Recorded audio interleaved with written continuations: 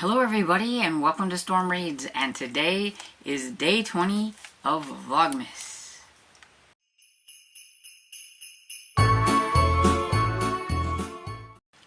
So day 20 of Vlogmas has a very small book. I really like this.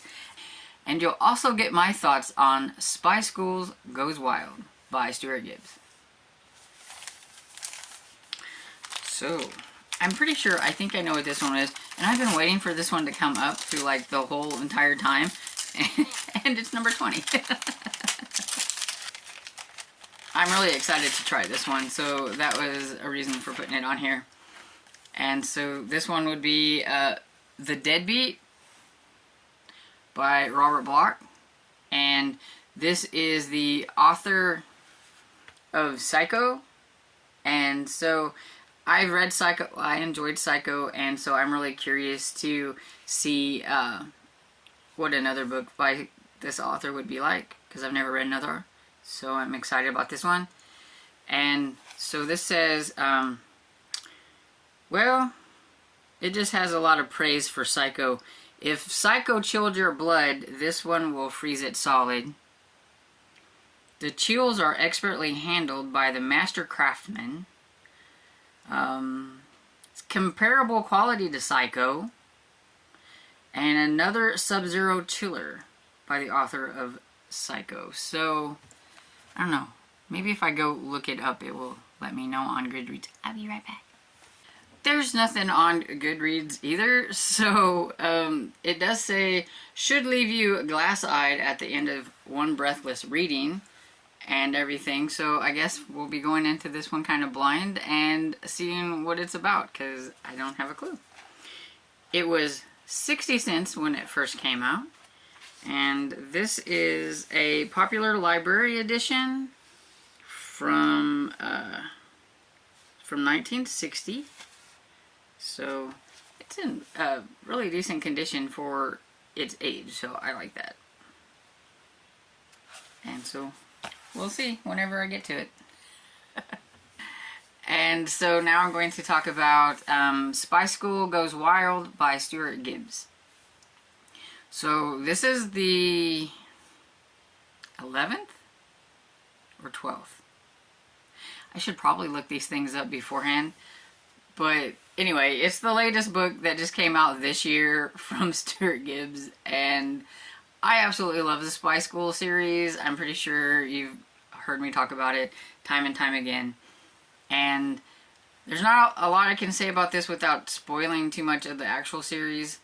But it is about Ben, and Ben has had a nemesis from the very beginning, since the very first book, when he was pretty much invited to this school as bait to kind of flush out a mole. And so this mole has actually been his nemesis through like this entire thing. And in this one, somebody that works at the kind of CIA spy school, training school, or whatever, where these kids are and everything, this one guy in particular has not cared for Ben for this whole time. And he's kind of a funny kind of character and everything. Well, in this one, he kind of wrangles it to where Ben is going to be going on a mission on his own, so everybody else has to stay behind, and they're not happy about that, because they're like, you know, we've always done things together, especially Erica and his friend Mike and Zoe. They've always done everything together. Even Erica's parents have usually been with them. And so they're kind of a little bit worried and not sure about this, letting him go on his own. He's gotten better.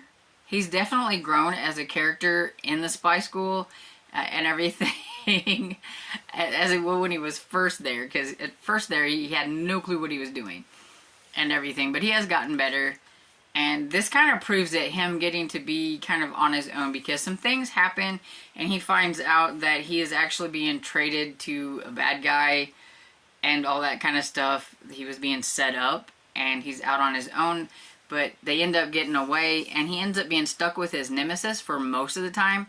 and they actually kind of have to work together a little bit to try to get away from this bad guy that is after them and everything. But of course, the nemesis is still going to try to do things to Ben and everything through the whole thing. So he's got to be on his game and everything. And eventually, he does get teamed back up with everybody, which I was glad, because I'm used to like the whole team being together. Not that it wasn't fun just with Ben on his own, but I was kind of glad that they were kind of back together and everything. There was a super gross part in this one that had to do with elephant poo. And if you've read the story, you know, and I actually looked it up, and it is true. You can get water from elephant poo, but that was gross. It was funny, but it was gross. And I guess if you're really, really thirsty.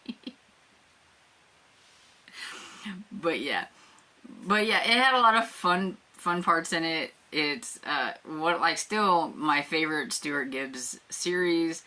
If you have middle graders, or even not, I mean, I love it and everything, but it's a fun spy middle grade series and everything. Good for any kind of spy things, like PK has her Spy versus Spy September. There's Dr. November and all that kind of good stuff. You can read it for spy things and everything. It's fun. And so I give it 4 stars. It's a lot of fun.